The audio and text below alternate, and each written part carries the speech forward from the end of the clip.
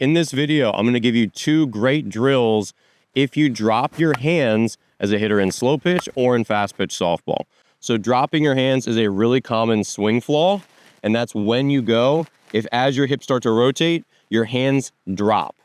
When they drop, you really can't recover from it well, where now you're going to start to come up through the ball. This is very, very common, especially if your hips start to open up before your stride foot lands down. So if you get some slow motion video, and that's step 1 to this, grab a friend, take a couple of swings off the tee or in game and see what happens. If you see your swing and then, while you're starting to rotate, your hands go from here to here, wherever they start, they go down before they start to come through the ball, your hands are dropping. And then these 2 hitting drills are going to be for you. And if you're wondering what bat I'm using in today's video, this is an Easton Salvo. This is a bat exclusive to justbats.com. I will link to this bat in the description below. And look, this video is focused for beginners. So this is a mid $100s bat. It's about $150, maybe a little less. So this is a good entry-level bat that's got some pop that I really enjoy. So you'll find the links to this in the description below if you're interested and you're looking for a bat. So let's get down to it. This drill is called the guided tee drill or the double tee drill. Call it whatever you want. And I've got 2 batting tees here. And look, I get that you're probably not going to buy 2 batting tees. So this second one can be a dowel rod. Go to the hardware store, get a 3 or 4 foot dowel rod, and you could, make the end into a point and just stick it in the ground. If that works, wherever you practice, you get a piece of wood, drill a little hole in it, stick the dowel rod in it. You get an old car antenna. If you have an abandoned car somewhere on your property, you just need something that's going to come up a couple inches below this front tee. And this is just going to give you physical feedback. Whereas if I drop my hands and come up, guess what? I'm going to hit this tee. So this is giving me one path towards the ball with a little bit of wiggle room, but it's giving me one path towards the ball, and I don't want to get this feedback. So if I do it wrong, it's going to look like this. If my hands drop, hit this one, and I feel it. And obviously the result is still going to be a ball pretty high up in the air. And when I do it right, I should be able to hit this clean without touching this bottom tee. This is maybe a little bit high. Give myself a little more clearance. And so I'm trying to make sure, I've got this little path, and I'm still trying to hit either the center or the bottom half of the ball. And this is just, again, helping me get rid of this dropping hands without having to worry so much about where they are in space. This is going to be my coach. This is going to give me the feedback I need to improve my swing and hit the ball harder with more line drives.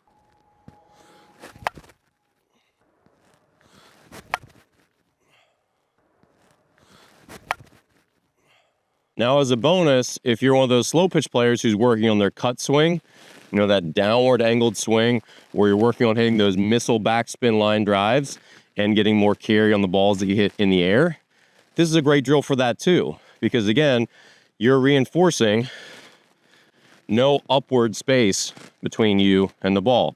So if you want to get real extreme with it to work on your cut swing for slow pitch, you could raise this a little higher and be really aggressive where, hey, maybe you do touch it a little bit and where you have a really narrow window to try to chop down the ball. This is something that I've been working on, just trying to get that last bit of remnants. I don't drop my hands, but I still have a little bit of uppercut since I was a lifelong baseball player.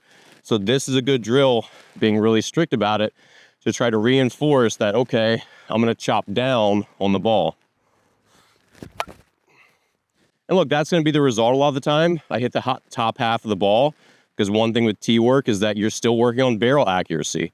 Even though the ball's not moving, it's still hard to hit it exactly where you want on the ball every single time. So that one, I got the top half of the ball, so I can reload and try to get still without hitting this one, but try to get the middle or bottom half. So that one, you could see I hit the back tee, but I also hit the ball really well. I hit on the bottom. That thing had great backspin, really, really good carry. But I got a little feedback that, hey, maybe I'm still not as downward as I want for right now, especially in a practice session.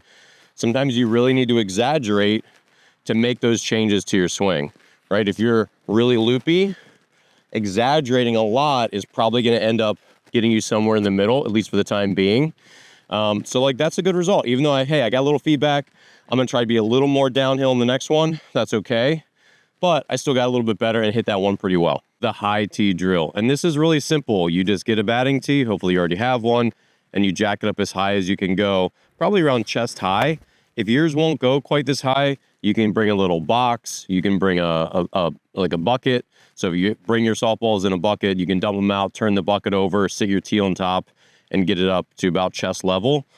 And here's the thing, your goal is to hit line drives. So if you are dropping your hands, as is common, there's going to be no way for you to hit a line drive with the tee up high. Now, that's somewhat true if you had it low. So if I had this down here, you know, I could still drop and maybe hit a line drive, but this is really going to expose when the tee's high, that flaw in your swing, and that's the goal. So basically, just by this constraint, the ball being high up, it's going to force you to stop getting underneath, and you're going to learn to start getting on top and keeping that top hand taller as you come through the softball. So if you get some slow motion video of yourself and you see some of this hand drop as you start to, you know, accelerate the bat, the high tee drill is one of the easiest, simplest drills you can do to help working on improving your hitting mechanics. So to summarize, we've got two really good drills to help you if you drop your hands in your swing as a slow pitch or as a fast pitch hitter. So remember that hitting pitched balls is going to make it much tougher to work on these mechanical things. This is the point of a batting tee. If you're asking yourself, why should I hit off the tee? Why don't I just work on it in the batting cage, you know, with the live pitching? Again, when your goal is to hit this ball that's moving, you're less focused on your mechanics and you're more focused on the task of hitting that moving ball. When the ball's not moving, that removes one variable from your plate. And now you can really focus on, okay, this is easy to hit. The hard thing is actually fixing my mechanics of how I hit it. That's why we do tee work. That's why Major League Baseball players, the best pro fast pitch softball players, the best pro slow pitch players, they all do tee work. So this can be a really good investment. I certainly don't expect most people to have two batting tees, but again, you can get a stick. Anything that will work to give you some feedback here is going to be a really big positive as being your own coach, because you're going to know you did it wrong if you make contact with this tee. All right, thanks for watching. So if you enjoyed this video, be sure to like and subscribe, share with a friend. Again, check out the links in the description below for some of the equipment that I used in this video. And remember, batting tee work is really important. Slow pitch, fast pitch, both sports. And if your hands drop, get some slow motion video, continue to reassess, use your smartphone, your slow motion feature as a technology tool to help you get better with your game. All right. Thanks for watching, and I'll see you here in the next video.